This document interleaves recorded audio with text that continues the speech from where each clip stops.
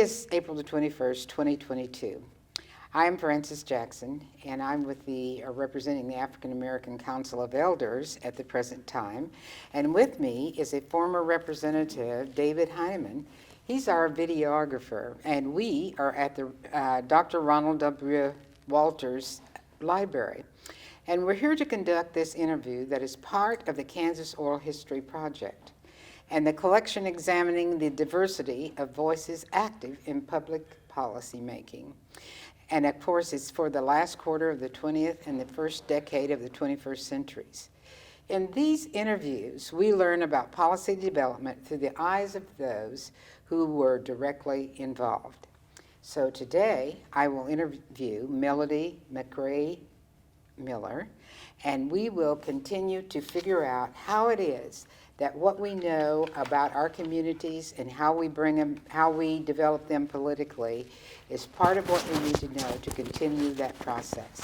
So Melodie, I would like for you to just begin by saying to us what it is that you enjoyed about being a representative to our Kansas legislature during the time that you were elected to do that. Certainly.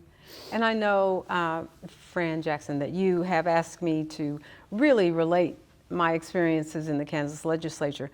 At the same time, I will probably integrate, I'll probably also include some of my experiences in the county commission race, because that was my initiation into what I would call political life. Yes. So what I was most excited and proud about was being able to represent people, and to reflect a population of people that I knew were underrepresented in both these bodies. Yes. I also was really, really happy about being able to speak truth about issues that were relative and relevant at that time.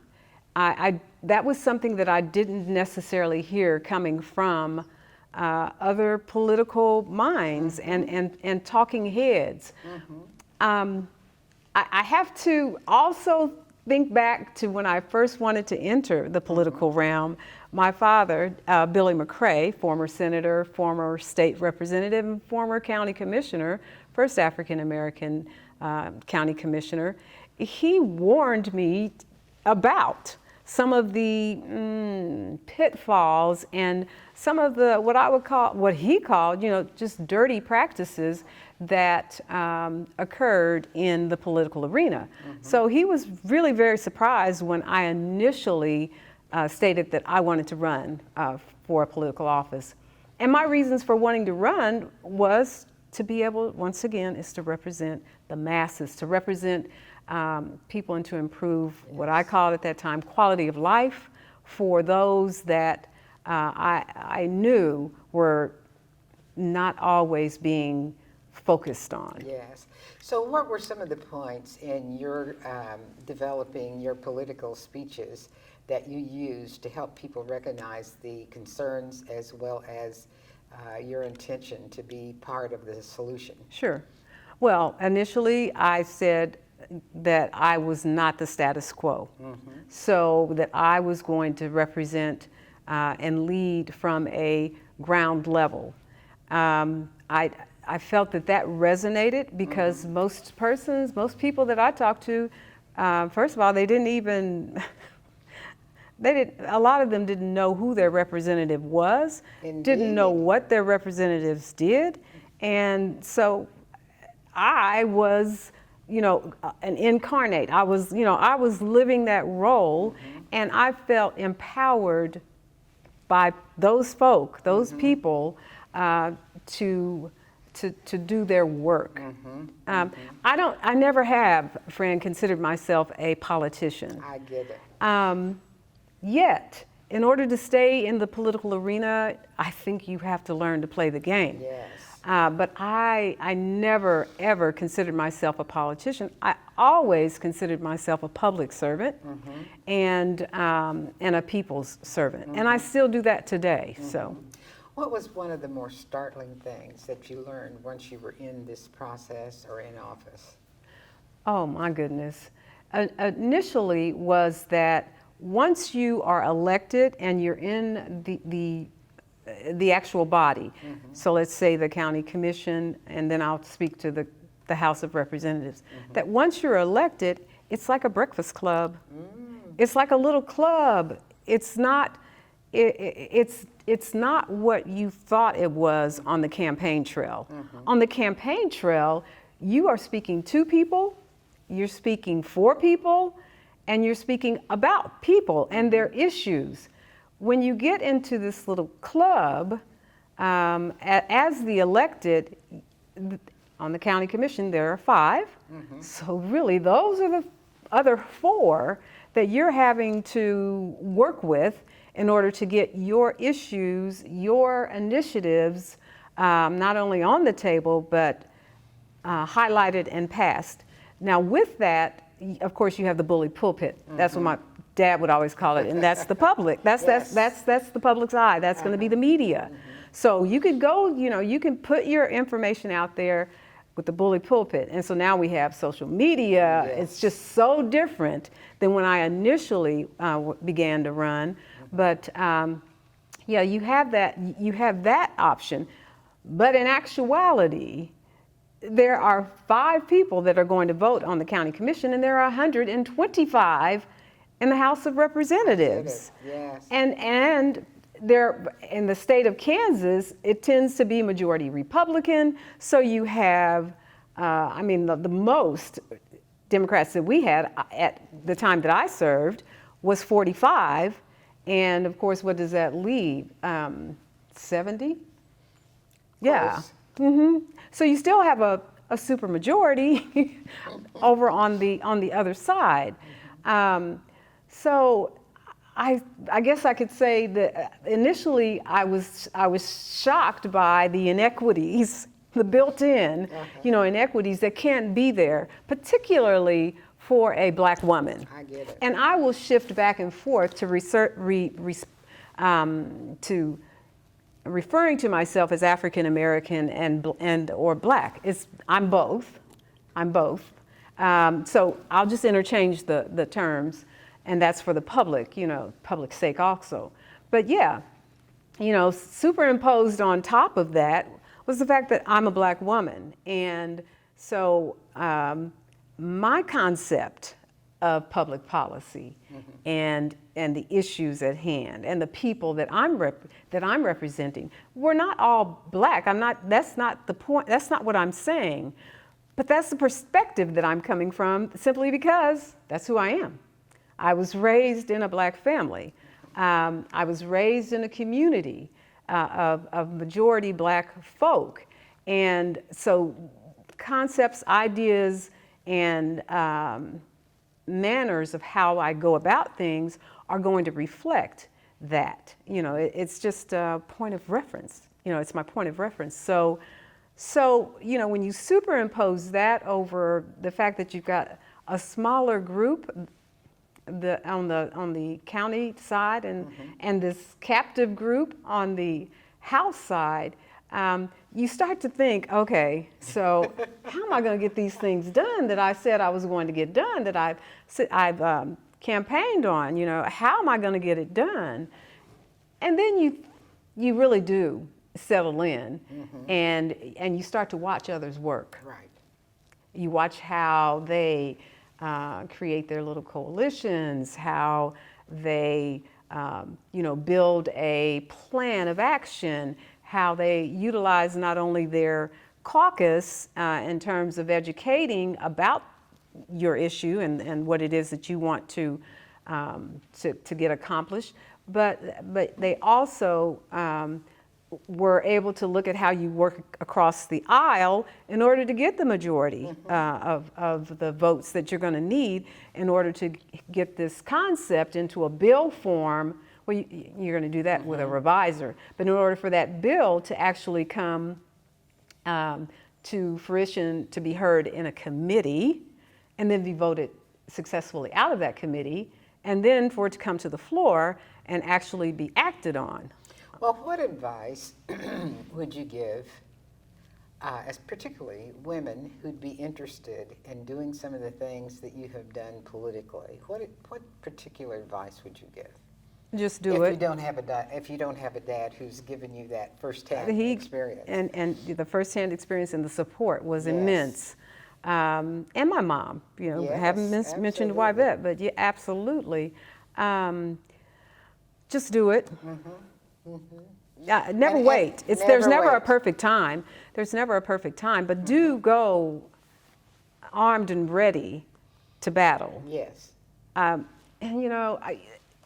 I'm a fighter, and I think there are. I don't know if that came from being smaller. We won't tell I if don't, you tell us. But I'm a fighter, Yeah. and I'm very dogged. I'm very. I once I get my teeth into something, I don't let go. Okay. I can remember Evis Cranford, Oh, Dr. yes. Cranford. He called me a piece of leather Yes. because I'm so tough. Yes. I would be. He said, there's nothing that if you get into it, you don't let it go. Yeah. And people watched me work like that, and that's what they admired, was that they knew if they brought something to me and I carried it, that I was going to carry it to the end, that I was not going to let it go until I got it done. What person in those environments that you came to really appreciate for their advice, their presence, their support? Those that were integral, and those that were credible, and those that were honest and Yes. followed through on what it is that they said they were going to do. My gut and my quick thought says that there was a rare. Unfortunately, there's not a majority of those in those roles, in Yes. those positions. I wish there were more. Well, when you're thinking about gender, does that apply more to women or to men? No, I think it crosses gender. Unfortunately, I do. I think it crosses gender, but the reality is it's still a male-dominated field. So you're going to see the propensity. The majority is going to be males. That you're going to be working with or attempting to work with. Trying hard. Trying real hard. And not letting go of the leather, right? Yeah. If you were to pursue a career in any of these political jobs, what would be the most interesting one to you at this time in your life? Politically, the only thing that ever slightly crosses my mind at this point in my life is Congress. Yes. Oh my goodness! But I mean, Congress is the state legislature on steroids. It is. So it's like, really, really, And the cost of those particular races is sort of Gosh, overwhelming. it's just And I noticed that for women, astronomical. it seems to be even more difficult to raise money. How did you go about creating your budget for these particular jobs? I actually had my sister, Frankie was my secretary and treasurer. I think she played the role of both, quite honestly. And then I also had kind of a kitchen cabinet, because that's the other good advice that he gave me, is that you just need a handful of folk that you can depend on that will be there for you. So when I first ran, Larry was still living. And he was a strong advocate, did a lot and everything. I also had other family members that worked really closely with me. So, and then I had, I would say, a couple of two friend advocates that were not in the political arena, but they were in either the business arena or the public service arena. So they knew a lot of people, and they were their work life was flexible enough where they could be a lot of different places. So that's what helped me initially as a County commissioner. As a state legislator and running that campaign, I built on that. I kept probably that as a base, and then I just built on that. But what was helpful too was already having the policy making background. Experience. Yeah, and the record. I had a positive record at the county level. I see. And so Democrats were, and funders, individuals that fund or that, that gift money, they knew that I was capable Yes. and able Yes. and a good bet. So what jobs did you have before you considered running for any office? Glad you asked. I was actually an educator. It was the major one, but I had multiple jobs Yes. before. I want to hear about them Yeah. because I think people don't understand all of that brings experience. Oh, you it can does. use. Yeah. Oh my gosh. So I've sold insurance. I've sold houses. I've been a realtor. I then moved myself into the social service sector. And so I did interim directors, and I served on multiple boards.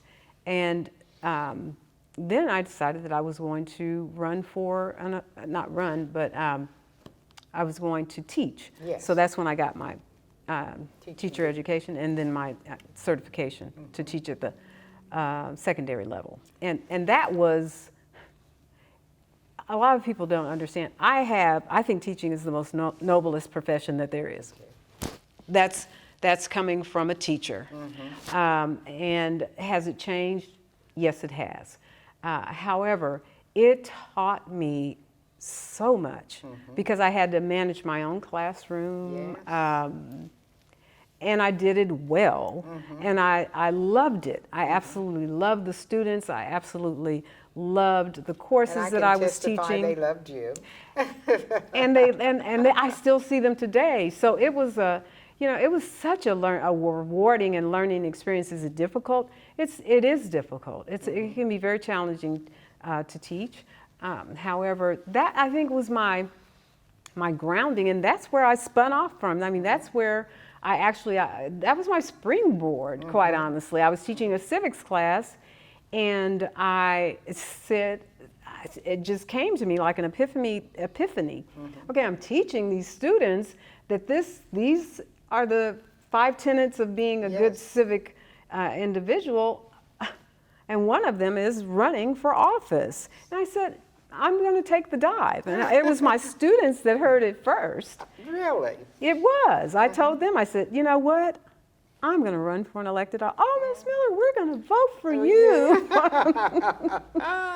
So then from there, I went on and built the campaign and ran for the county and then ran for the state. Well, and along with that, you had a business. And I don't know why. I'm glad you brought that up because that's still with me today. Yes. And it's as though I've carried it all along the way. So therefore, it is just a given that I have always, you think about successful persons, and I of course, I was going to say successful women, but you think about successful individuals, period. They do multiple things at one time, and they do them well. And so yes, at the same time that I am raising a family, I'm helping my husband run the business, and I am teaching. I'm on boards. I'm the interim director for the African American Family Preservation, and then I decide that I'm going to run for an elected office. And I did it. And I won. Yes. When you counsel other women who might be interested in a political position, what do you think what are the 3 main things you think that they should really try to understand becoming a member of that huger political process? You think there are about 3 things you could share? I would think that first you need to build, I quickly wanted to say a persona. Yes. It is. It is. You need to build that. You need to become the person for doing these things. Remember, you asked me for my opinion. I did. It's yours. So I think you first have to build a persona. And you'd be surprised that you don't know that you're even doing that when you start to get involved and engaged in all of these different things that are of interest to you. So I think that that's first. And then cultivate that. Don't just, it's not, I don't think it's good enough to just build it, but cultivate it where it becomes something that actually produces outcomes, produces results for others. I'm a public servant. Yes. I'm a servant of people. I'm always doing, and if there's anything that I can look back on and with some regrets, quite honestly, is that I've always given. But that's what I saw was that, first of all, I build the persona, I cultivate it where it actually is creating results and solutions for people, for others. And then at that, once you get to that stage, then you actually are savvy enough to know how to use that to best impact outcomes and people. To represent others, yes. But you have to build it. That sounds significant to me because for a lot of these things, even if we're just talking about civics or history or whatever it is, we find things along the way that keep reoccurring without much changing. And I have noticed in your life, political life, you've always been in a position to push a change forward, to make it better. And to me, some of that comes from how it is that you related to your community to begin with. And let's just talk a little bit about how your family responded when they knew that you were going to literally run, your immediate family. Well, immediately, my immediate family was excited. Yes. And so when I think about my immediate, it's going to be my husband and my children, Right. period. Right. And so they were all excited. Now, take it out around to parents and sisters, brothers, cousins. It was just Dad that was hesitant. Yes, and we know why, don't we? Yeah, but I'm such a maverick that I didn't listen. I didn't listen at all. Yes. But all of it comes back now. Yeah, it came back and said, that's why he said what he said. And this whole thing of discrimination, how did you navigate that? Well, Because I saw it happen, when you were running. I literally witnessed it.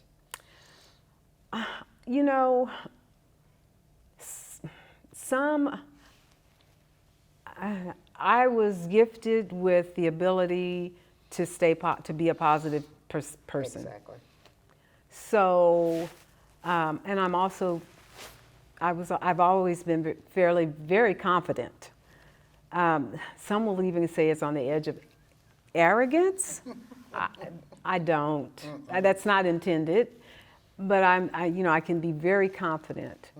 And so I think by being blessed with those two attributes, that it really didn't stop me. No. I knew it. I was aware of it. I didn't discount it or dismiss it. But I just simply pushed forward. I've always been an individual to push forward, push through or push forward. And when we're dealing with young people in the community, like we've been talking a lot about civics or history or those things that we want to remember that can lift us up, those are the same things that can do the opposite to other people or in situations where you think it's one way and then it's another. So how do you go about navigating misunderstandings? Wow, that's more difficult. Yes. That is not as easy. So what I learned to do, a learned behavior is, and this began with teaching, is to be as clear as possible, Okay. to attempt to put my ground rules right out there at the very beginning of a setting, a relationship, conversation. And if it's happens to be something, let's say we're in a setting where I'm speaking, others are asking questions, it's a topic that's controversial. Yes. Or someone, on the other side, brings a question that's controversial. I have to be true to self initially, and then I just simply state facts. Yes. I try to state and stay as factual as possible, without what I would call any personal Right. bias that I'm going to build into it. That's one way that I've attempted to navigate those, something being misrepresented or, where it's a divisive Yes. setting. Right. What is the one thing that you advocated for that didn't rise to the level of your understanding of what the outcome would be, and quite the opposite happened? Sure. How did you deal with that? So, predatory lending, payday Okay, lending. that's That was, that was such a battle. It's an issue today. It would have been in 2010. In fact, it was probably 7 or 8. It was towards the beginning of my tenure, and I went gung-ho at the state of Kansas, actually eliminating Right.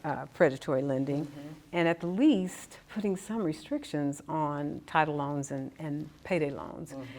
I can recall it was Petraeus was the president. Was it Obama at the time or Clinton? Who was it? Okay, so he was a Secretary of Defense, Okay. and his wife, Holly Petraeus, had actually instituted a law, had advocated for a law for the military, Yes. to reduce predatory lending, and was successful congressionally at the congressional level. So I used that Good. as a template for the state of Kansas, and I had all sorts of agencies and organizations that were supportive of it. I even had testimony from Holly Petraeus and others, and it failed. In fact, I don't even think it did get a hearing, but I don't even think it came out of committee. That's strong. And I tried to also amend it on the floor. Yes. Which is what you try to do Right. if you really Know something. want something to happen. I tried to amend it, but this is where I understand there's this term in the political arena. They eat their own. For goodness sake, I never could understand that. They eat their own. What? What does that mean? Yeah, and I watched that happen where they Especially on that bill. they killed bills, wouldn't let bills even get above the line to be heard so that it couldn't be amended. Oh, really? Yes. That's a tactic. Oh, yes, and it is used ruthlessly. It is used today. And on that note, when you heard that and had to live with it, how did you comfort yourself to know you tried your hardest? Oh, I knew I had tried my hardest. I had everything, and I had people that filled the Capitol, Yes. the Rotunda, chanting, wanting to see this change, and there it was in testimony, all of this support for it, and it just didn't happen. So you're disappointed. You're disappointed, but yet you live to fight another day.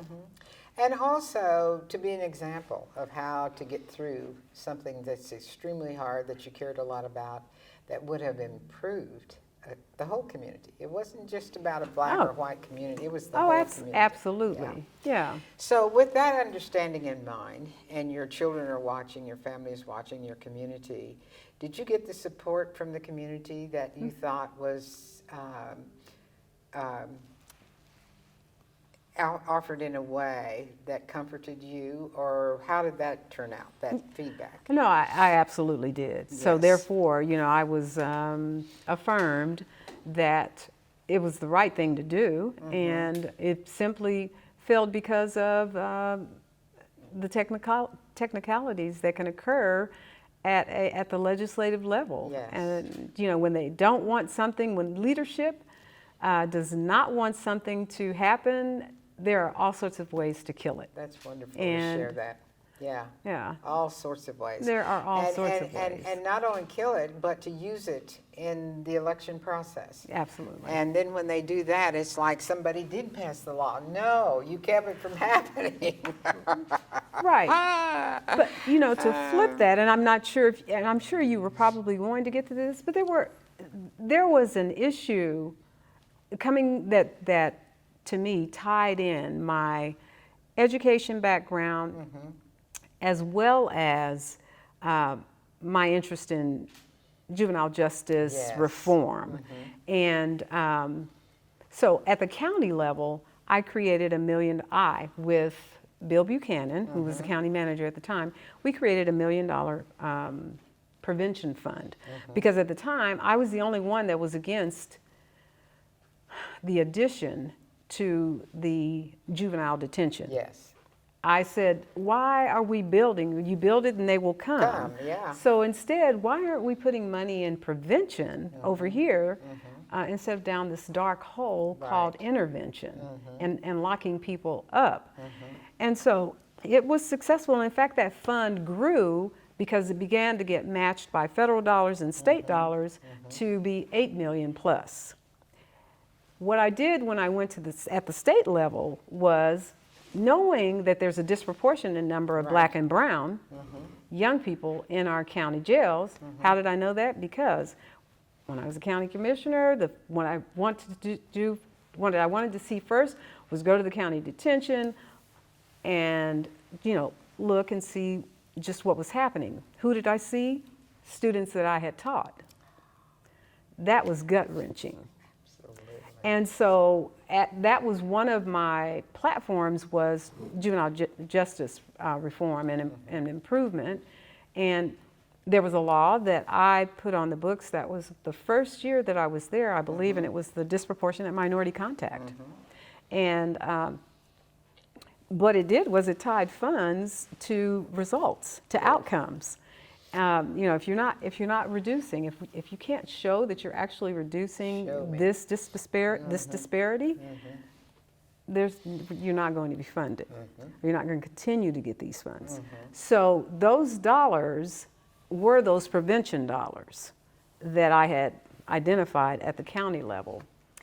And a second bill was that I'm hugely proud of, is the literacy mandate. It's financial literacy, not literacy, but financial literacy at the high school level. That's a state law that I, at the time, on the House side, Senator Schodorf, on the Senate side, and Carol Roop, as a Board of Education, we collaborated and created the financial literacy bill, which became, it's a requirement, where students now, in order to graduate, have to take financial literacy. So I'm very proud. So your past jobs just went right on up there, and there came the law.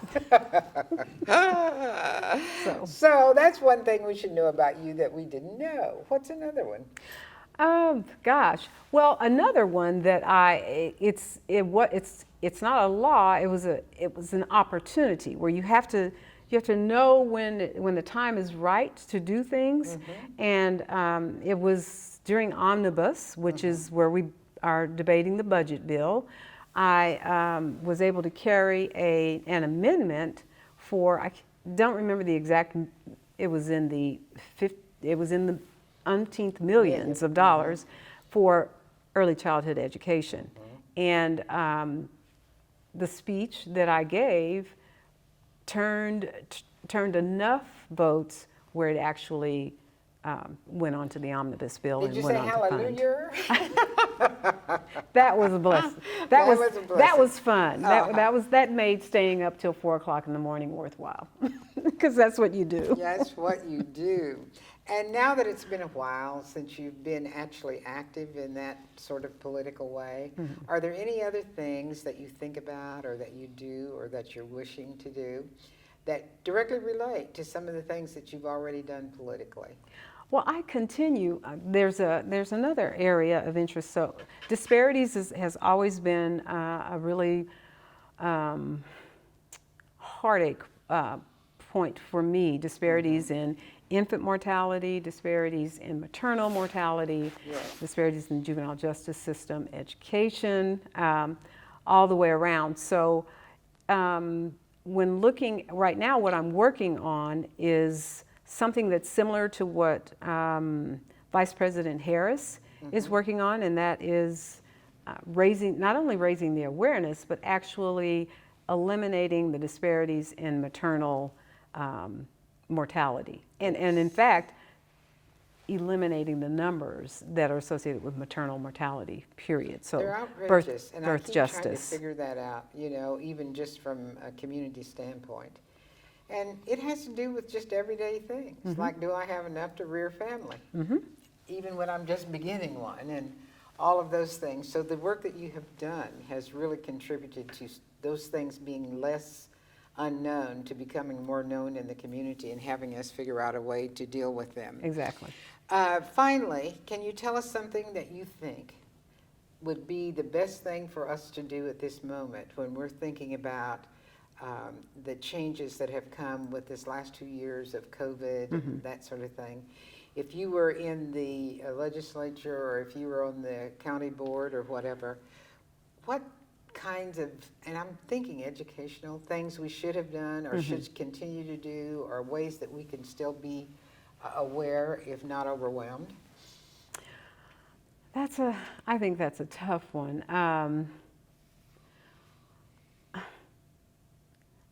What I would like to see happen is that as a community that we recognize that health should be a given. There should not be a chasm, or there should not be a difference in who gets to have good health care and health outcomes. Yes. And why. So if we could honestly begin to look at what we call those social determinants of health, Yes. that it's not solely about race, that it really is about means and income. I mean, it happens to be that more black and brown people are going to be in the lower quartile. Exactly. So therefore it's more of us that are impacted. But it shouldn't be your zip code making the difference in the health outcomes that you have. And I think that that's one thing that this pandemic, the COVID really pandemic shown. has explored and has uncovered is the fact that it does matter where you live, who you are, how much money you make. All of these factors come into play with ultimately what your health outcomes are. No one seems to, it amazes me that so many people are through with this pandemic. They want it over. I do understand it. I do understand that, but it's not through with us. And it won't be. But that's what I think media plays on.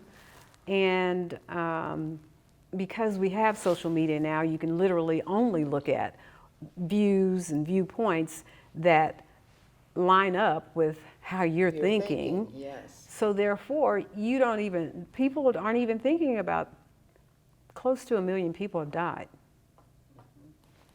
What? And some of them were needlessly, quite honestly. So yes, if we could just really start to focus on the fact that that health should be a right, a given, not something that you literally pick and choose who's going to benefit from it. Well, with this in mind and the very lovely expressions that you've shared with us, not only lovely, but really sort of some of the best ways to look at these, I'll call them opportunities or results that we want. I want to say to you, thank you, and it has been a pleasure, and there needs to be many more numbers of you. Thank you. Thank you. Thank you. It's been a pleasure.